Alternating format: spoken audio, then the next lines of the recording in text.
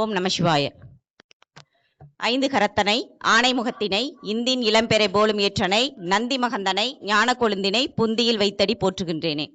மாதா பிதா குரு குலதெய்வம் மற்றும் எனது குருநாதராகிய ஸ்ரீ சூரியனார் ஐயாவின் பொற்பாதத்தை தொட்டு நான் இந்த சிற்றுரையை துவக்குகிறேன். இப்போ இன்றைய காலகட்டத்தில் பார்த்தீங்கன்னாக்கா திருமணம் அப்படிங்கிறது ஒரு பெரிய ஒரு கொஸ்டின் மார்க்காக தான் இருக்கு. திருமணம்ங்கிறது எவ்வளோ பெரிய ஒரு பொக்கிஷமான ஒரு விஷயம் இல்லைங்களா? நம்ம வாழ்க்கையில நம்ம யாருக்கோ பிறக்கிறோம், வளர்றோம், என்னென்னமோ கனவுகளோட வரோம். ஆனா அந்த கனவு நினைவாகுதா இல்லையா அப்படிங்கிறது திருமணத்தை பொறுத்து தான் உண்டு. நமக்கு ஒரு பெரிய டர்னிங் பாயிண்ட் அப்படின்னாக்கா அந்த திருமணத்தை வச்சுதான் நம்ம சொல்ல முடியும். அப்பேற்பட்ட ஒரு விஷயம் திருமண ஸ்தானம். இப்ப இதுல ஒரு சின்ன ஒரு விஷயம் முன்னாடி சொல்லிக்க விரும்புறேன். என்ன அப்படின்னு பாத்தீங்கன்னாக்கா, ஒரு புதுசா ஒரு வண்டி வாங்குறோம் அப்படின்னா வச்சுக்கோங்களேன். அந்த வண்டியை ஒரு சிலர் பாருங்க அழகா மெயின்டைன் பண்ணிட்டு வருவாங்க. அடிக்கடி எண்ணெய் போட்டு துடைக்கிறது என்ன, வாட்டர் வாஷ் பண்றது என்ன, 10 வருஷம் ஆனாலும் அது புது வண்டி மாதிரியே இருக்கும். அதுக்கு எந்த ஒரு ஸ்கிராச்சும் ஆகாது. அவ்வளவு அழகா மெயின்டைன் பண்ணிட்டே இருப்பாங்க. ஏப்பா நல்லா தானே பாருக்கு, இதை ஏப்பா மறுபடியும் தொடச்சிட்டே இருக்கேன்னு கேட்டீங்கன்னா கூட இல்லப்பா லைட்டா தூசு பட்டிருக்கு அதனால அதை துடைக்கிறேன் அப்படிவாங்க. அவ்வளவு அழகா மெயின்டைன் பண்ணிட்டு வருவாங்க. ஒரு சிலர் பாருங்க வண்டி வாங்கிட்டு வந்து ஸ்டார்ட் பண்ணி ஒரு கிலோமீட்டர் கூட போய் இடிச்சிருவாங்க. அது என்ன ஆகும், அடுத்தடுத்து மறுபடியும் அந்த விபத்து வந்துகிட்டே இருக்கும். அது போலதான் நம்மளுடைய திருமண வாழ்க்கையும் நம்ம எடுத்துக்கலாம்.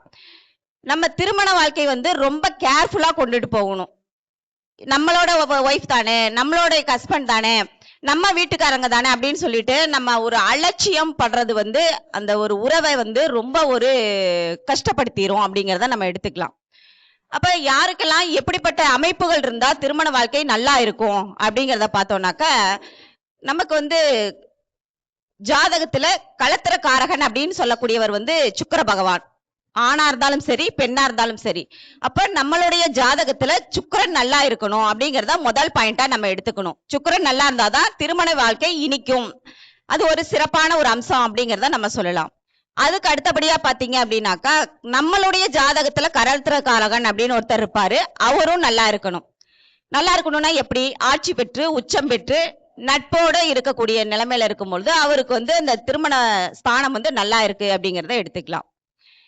அது மட்டும் இல்லாம 2, 5, 9ன்னு சொல்லக்கூடிய 9, 11, 7 இந்த ஸ்தானாதிபதிகளுடைய சம்பந்தம், அவர்களோட இணைவு, அவர்களோட சாரம், அவர்கள் வீட்டுல இவங்க இருக்கிறது, இந்த மாதிரி ஒரு அமைப்பு இருக்கும் பொழுது திருமண வாழ்க்கை அதிகமா ஒரு இனிமையான ஒரு வாழ்க்கையா இருக்கும் அப்படிங்கறத இந்த இடத்துல நம்ம சொல்லலாம்.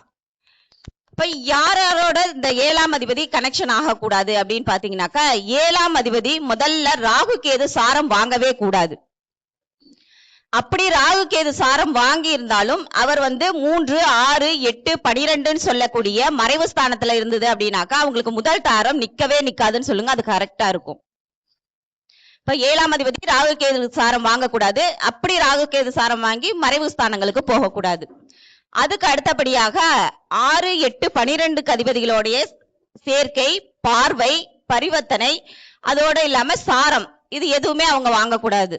6, 8, 12 அதிபதிகளோட 7ஆம் அதிபதி எந்த விதத்திலையும் சேர்க்கை பார்வை பெறாம இருக்கிறது ரொம்ப நல்லது. இந்த திருமண வாழ்க்கைக்கு நல்லதுன்னு சொல்லலாம். சரி, அப்போ 7ஆம் அதிபதி பலமா இருந்து 11ஆம் அதிபதி பலவீனமா இருந்தா அவங்களுக்கு ஒரு தாரம் தான். அதுக்கப்புறம் எந்த பிரச்சனையும் வராது. ஒருவேளை 2 தார அமைப்பு ஒரு சிலருக்கு அமையும் இல்லைங்களா?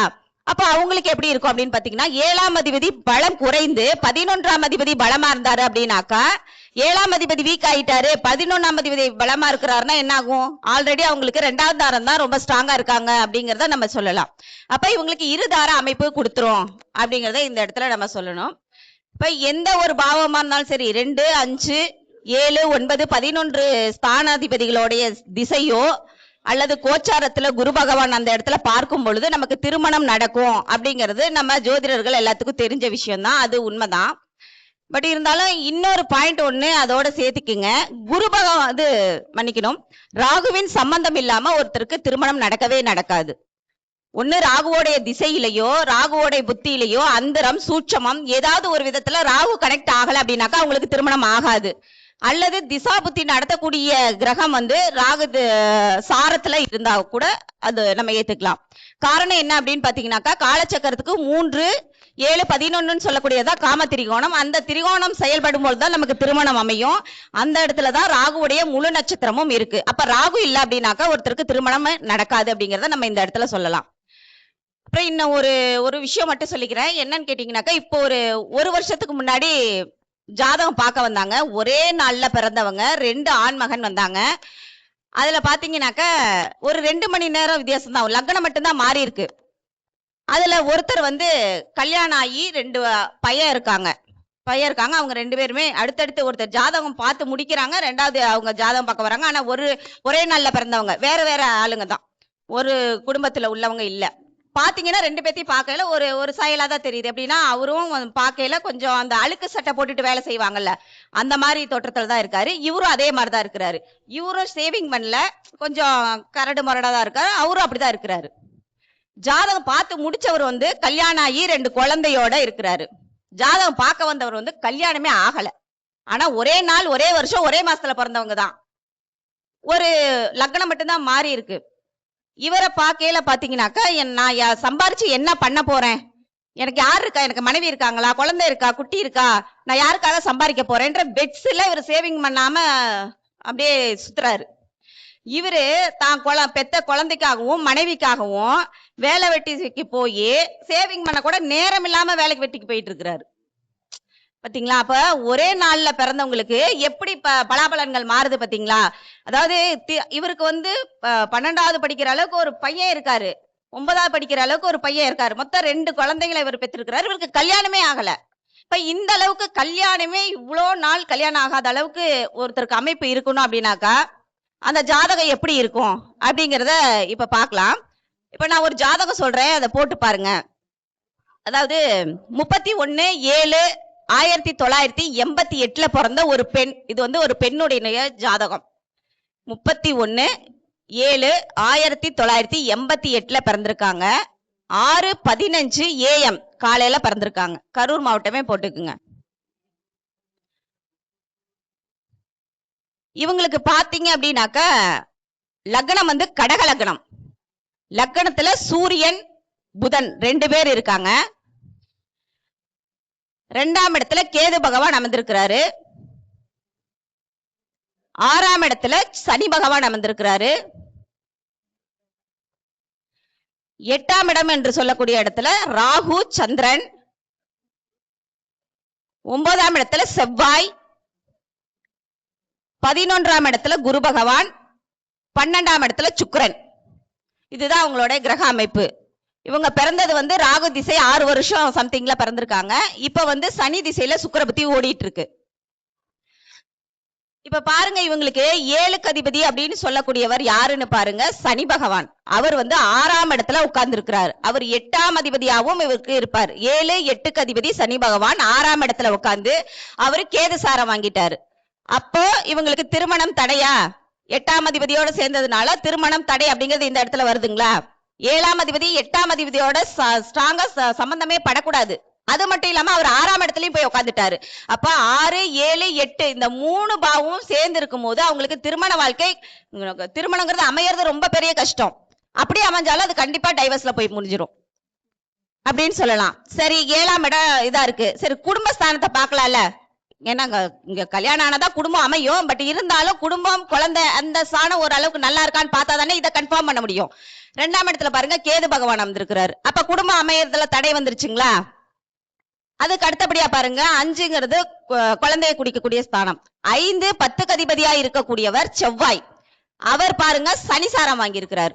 மறுபடியும் 8ஆம் அதிபதி, 7ஆம் அதிபதி, 6ஆம் அதிபதி எல்லாத்தோட குழந்தையை குறிக்கக்கூடிய ஸ்தானமும் சேர்ந்துருச்சு. சரி, ஒரு காதல் பண்ணுவாரா அப்படின்னு பார்த்தாக்கா அவரும் செவ்வாய் தான். 5க்கு அதிபதி செவ்வாய், சனிசாரம், சனி 8, 7, 6. அப்ப காதல் பண்றதுக்கும் இந்த குழந்தை தயாரா இல்ல, கல்யாணம் பண்றதுக்கும் தயாரா இல்ல, குடும்பமும் தயாரா இல்ல. சரி, சுகஸ்தானம் எப்படி இருக்குன்னு பாருங்க. சுகஸ்தானாதிபதி சுக்கிர பகவான். அவர் தான் களத்திர காரகன். களத்திர காரகன் இந்த பொண்ணுக்கு எங்க இருக்கிறாரு? 12ஆம் இடத்துல போய் மறைஞ்சிட்டாரு இல்லைங்களா? ஒரு பெண்ணுக்கு களத்திரக்காரகன் யாரு? செவ்வாயை தான் நம்ம எடுத்துக்குவோம். செவ்வாய் சனி சாரம் வாங்கிட்டாரு. 8க்கு அதிபதி சாரம் வாங்கி 6ல போய் மறைஞ்சிட்டாரு. இப்ப இந்த பொண்ணுக்கு கல்யாணம் அப்படிங்கறதே ஒரு பெரிய கொஸ்டின் மார்க். இப்ப 38 வயசு முடிய போகுது, 39 வயசு ஆக போகுது, இன்னும் கல்யாணம் ஆகல. சரி, இந்த பொண்ணுக்கு 11ஆம் இடத்தை பாருங்க. 7ஆம் அதிபதியும் 11ஆம் அதிபதியும் பார்வை சேர்க்கை பரிவர்த்தனை பெற்றிருக்கும் பொழுது அவங்களுக்கு இருதார அமைப்பு உண்டுன்னு நம்ம ஜோதிட நூல்கள் சொல்லுது. 7ஆம் அதிபதி 6ஆம் இடத்துல இருக்கு, 12ஆம் அதிபதி 11ஆம் அதிபதி 12ஆம் இடத்துல இருக்கு. ரெண்டு பேரும் நேருக்கு நேரா பாத்துக்கிறாங்களா? அவங்க காலச்சக்கரத்துக்கு 7-11க்குரியவர் தான் இவங்க, சனியும் சுக்கிரனும். அப்ப 2 தார அமைப்பு வரணும்னு சொல்லலாம். ஆனா இந்த பொண்ணுக்கு அப்படி சொல்ல முடியாது. ஏன் அப்படின்னு கேட்டீங்கன்னா, 7ஆம் அதிபதி வீக்கா தான் இருக்கிறாரு, 11ஆம் அதிபதி வீக்கா தான் இருக்கிறாரு. அப்புறம் எப்படி முத தாரமே நடக்கல, 2ஆம் தாரத்துக்கு எங்க போறது? 2 பேருமே பலவீனப்பட்டு இருக்கிறாங்க. இன்னும் 2 பேத்துக்கு இது வரைக்குமே கல்யாணம் ஆகல. இப்படிப்பட்ட ஜாதகங்களுக்கு என்ன பரிகாரம் செஞ்சாலும் கல்யாணம் ஆகுங்களா? அவங்க நிறைய கல்யாணத்துக்கு பரிகாரம் செஞ்சுட்டாங்க. வாழை மரத்தை வெட்டுறது, அப்புறம் கலத்தர தோஷம், எல்லா இடத்துக்கும் போய் இவங்க பரிகாரம் செஞ்சு, அவங்க அப்பா சொல்றாரு, என் பொண்ணுக்கு நான் எல்லா பரிகாரமும் விடாம சோசியர்கள் சொல்ற எல்லா பரிகாரமும் செஞ்சுட்டேங்க, ஆனா இன்னும் கல்யாணமே ஆகலைங்க, கல்யாணம் ஒண்ணு நடக்குமா நடக்காதா பார்த்து சொல்லுங்கன்னு சொல்லி கேட்கிற அளவுக்கு ஆயிடுச்சு. இப்ப எதனால இந்த பொண்ணு கல்யாணம் ஆகல அதை பார்க்கணும்ல. ஃபர்ஸ்ட் பாருங்க, லக்னம் நின்ற நட்சத்திராதிபதி யாருன்னு பாருங்க. சனி பகவானுடைய நட்சத்திரத்துல இருக்கு. சனி பகவான் இவருக்கு யாரு? 8க்கு அதிபதி இல்லைங்களா? 8ஆம் அதிபதி சாரம் ஒருத்தருக்கு வாங்குறாரு லக்னம் அப்படின்னாக்கா, அவங்க யாரையுமே நம்பவே மாட்டாங்க, யாரையுமே நம்ப மாட்டாங்க. மத்தவங்கள சந்தேகப்பட்டுட்டே இருப்பாங்க. மத்தவங்களுடைய குறை குற்றம் தான் இவங்க கண்ணுக்கு ஃபுல்லா தெரியும். அது மட்டும் இல்ல, லக்னாதிபதினு சொல்லக்கூடிய சந்திரன் எங்க இருக்கிறார் பாருங்க, அவரு 8க்கு போயிட்டாரு. அவரு ராகு சாரம் வாங்கி ராகுவும் அங்கேதான் இருக்கிறாரு. அப்போ லக்னாதிபதியோட 8ஆம் அதிபதினு சொல்லக்கூடிய சனி பகவான் ரொம்ப ஸ்ட்ராங்கா கனெக்ட் ஆயிருக்கிறாரு. அப்ப இவங்க என்ன பண்ணுவாங்க, அடுத்தவங்கள குற்றம் சொல்லிட்டே தான் இருப்பாங்க. எந்த மாப்பிள்ள வந்தாலும் அவன் நெட்டையா இருக்கான், அவன் குட்டையா இருக்கான், அவன் கருப்பா இருக்கான், அவன் தலை சரியில்லை, மூஞ்சி சரியில்லை அப்படின்னு சொல்லிட்டு எனக்கு இது வேணும் அது வேணும் தள்ளி போட்டுட்டே தான் போவாங்க. இவங்கனாலதான் இவங்களுடைய திருமணம் தள்ளி போயிட்டே இருக்கும் அப்படிங்கறத இந்த இடத்துல நம்ம சொல்லலாம். அது மட்டும் இல்லாம லக்னாதிபதியோட ராகு சேரும் பொழுது அவர் எப்படி இருப்பாரு, அவரோட மனநிலை எப்படி இருக்கும்னாக்கா, ராகுங்கிறது பிரம்மாண்டமான ஒரு கிரகமா, சந்திரன் மனோகாரகனா, அவர் 8ஆம் இடத்துக்கு போயிட்டாரு. லக்னாதிபதி 8ஆம் இடத்துக்கு போனாக்கா அசிங்கம் அவமானங்களை இவர் தேடி போவாரு அப்படிங்கறத நம்ம எடுத்துக்கலாம். இவர் அவமானங்களை சந்திக்கக்கூடிய ஒரு ஜாதகம், அசிங்கத்தை சந்திக்கக்கூடிய ஒரு ஜாதகம். இது இவரே தேடி போய்க்குவாருன்னு சொல்லலாம். இவரோட ராகு இருக்கும்போது எப்படி இருக்கும், தன்னை பிரம்மாண்டமா நினைச்சுக்குவாங்க. நம்ம தான் பெரிய ஆளு, நமக்கு மேல யாரும் இல்ல, நம்ம பெரிய அழகி அப்படின்ற மாதிரியும், பெரிய அழகன் அப்படிங்கிற மாதிரியும் இவங்களோட மனசுல அப்படிதான் இருக்கும். அவங்க மனசுல அளவுல அவங்க மட்டும்தான் பெரிய ஆளுன்ற எண்ணத்துல இருப்பாங்க. அப்படி இருக்கும்போது மத்தவங்களை பார்க்கும் போது அவங்க கிட்ட இருக்கிற குறை குற்றம் தான் இவங்களுக்கு கண்ணுக்கு தெரியும். அதனாலே இவங்க தள்ளி தள்ளி போட்டு போயிட்டே இருக்காங்க. அதனாலதான் இவங்களுக்கு இவங்கனால மட்டும்தான் இன்னும் கல்யாணம் ஆகாம இருக்கு. சரி, எப்பதான் கல்யாணம் ஆகும் அப்படின்னு சொல்லி கேட்டாக்க, இவங்களுக்கு இப்போதைக்கு கல்யாண வாய்ப்புகள் இல்ல. மொத்தத்துல இவங்க தன்னுடைய எண்ணங்களை குறைச்சுக்கிட்டு மத்தவங்களுடைய எண்ணங்களுக்கு மதிப்பளிச்சு, நீங்க இவங்க ஏற்கனவே ஒரு கல்யாணம் ஆன நபரையோ அல்லது ஒரு குழந்தையோட இருக்கிற நபரையோ இவங்க கல்யாணம் பண்ணிக்கிட்டாக்காதான் இவங்களுக்கு கல்யாணம் உண்டு. ஏன்னா இவங்களுக்கு 7ஆம் அதிபதி வீக்கா இருக்கு, 11ஆம் அதிபதி வீக்கா இருக்கு.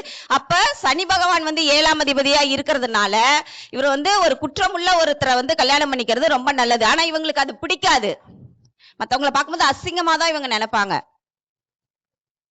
நம்ம தான் நல்ல இருக்கோம், நம்ம ஃபர்ஸ்ட் குவாலிட்டி, நம்ம எல்லாத்துலயும் கரெக்டா இருக்கோம், அப்ப நமக்கு கரெக்டான நபர் தான் வரணும் அப்படின்ற எண்ணத்துல நல்லா இருக்கவங்கள்ட்ட இருக்கக்கூடிய குறைகளை மட்டும்தான் இவங்க சொல்லி சொல்லி தவிர்த்துக்கிட்டே இருப்பாங்க. அப்ப இவங்க ஒரு ஸ்டெப் கீழே இறங்கி ஆல்ரெடி கல்யாணம் ஆனவங்களை கல்யாணம் பண்ணிக்கலாம், அல்லது ஒரு குழந்தையோட இருக்கிறவங்கள கல்யாணம் பண்ணிக்கிட்டாதான் இவங்களுக்கு கல்யாண வாழ்க்கை. அப்படி இல்லைனாக்கா திருமணத்துல ஒரு பெரிய ஒரு கொஸ்டின் மார்க் தான் அப்படின்னு சொல்லி தான் நாங்க அனுப்பியிருக்கோம். அப்போ திருமண ஸ்தானத்துல 8ஆம் அதிபதி கண்டிப்பா சேரவே கூடாதுங்க சார். லக்னாதிபதியோட 8ஆம் அதிபதி சேர்றாரு, 7ஆம் அதிபதியோட 8ஆம் அதிபதி சேர்றாரு, நம்ம ஜாதகத்துல 8ஆம் அதிபதி ரொம்ப பலமா இருக்கிறாரு அப்படின்னாக்கா யாருக்கு தெரியுங்களா அது இருந்தா நல்லது. 8ஆம் அதிபதி அதிகமா சேரும் பொழுது குடும்ப வாழ்க்கைக்கு யாருக்குமே சேரக்கூடாது. ஜாப் விஷயத்துல சேரலாம். ஜாப்னா என்ன, சட்டம் ஒழுங்கு 8ங்களா, சட்டம் ஒழுங்கு சார்ந்த துறைகள்ல இருக்கவங்களுக்கு 8ஆம் அதிபதி அதிகமா கனெக்ட் ஆகும் போது அவங்களுக்கு சேரலாம். ஒரு போலீஸ், ஒரு ராணுவம், சிஐடி ஆபீசர்னு சொல்றாங்கல்ல, அந்த மாதிரி ஒரு அமைப்பு. அப்படி இல்லையா நம்மளுடைய ஜோதிடர்களுக்கு 8ஆம் அதிபதி பலமா இருந்ததுனாதான் மத்தவங்களுடைய மறைபொருளை நம்ம தேடி எடுக்க முடியும்.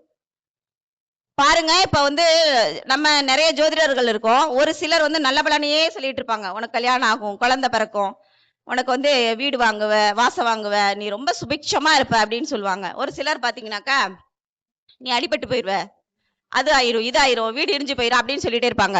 அவங்களுக்கு பாருங்க 2ஆம் அதிபதி 5ஆம் அதிபதி சாரமோ 9ஆம் அதிபதி சாரமோ வாங்கியிருக்கும் பொழுது அவங்க சுப பலனை மட்டும்தான் சொல்லுவாங்க. 2ஆம் அதிபதி 8ஆம் அதிபதி சாரம், சனி சாரம், ராகு சாரம் வாங்கியிருக்குன்னு பாருங்களேன். அவங்களோட கனெக்டிவிட்டி இருக்குன்னா அவங்க வந்து அசுப பலன்களை தான் சொல்லுவாங்க. அது வந்து அசுப பலனை சொல்றாங்க, அப்ப அது தவறுன்னு சொல்ல வரல நானு. அவங்களுக்குத்தான் மத்தவங்களுக்கு நாளைக்கு என்ன கெடுதல் நடக்க போகுதுங்கிறது முதல்ல இவங்களுக்கு தான் தெரியும். நம்ம ஜோதிடர்களுக்கு மத்தவங்களுக்கு நல்லது நடக்கிறத சொல்றோமோ இல்லையோ, கெட்டது நடக்கிறத கண்டிப்பா சொல்லணும். அதுக்காக தான் நம்ம கிட்ட வராங்க. அப்ப வந்து 8ஆம் அதிபதி 2ஆம் அதிபதியோட சேரும் பொழுது 5ஆம் அதிபதியோட சேரும் பொழுது நல்ல ஜோதிடர்களா ஆவாங்க. அவங்களுக்கு இந்த அமைப்பு நல்லா இருக்கும். ஆனா திருமண வாழ்க்கைக்கு இந்த அமைப்பு கொஞ்சம் கஷ்டமான ஒரு அமைப்பு அப்படிங்கறத சொல்லி எனக்கு இந்த வாய்ப்பினை அளித்த விஜயகுமார் ஐயாவுக்கு என்னுடைய மனமார்ந்த நன்றிகள்.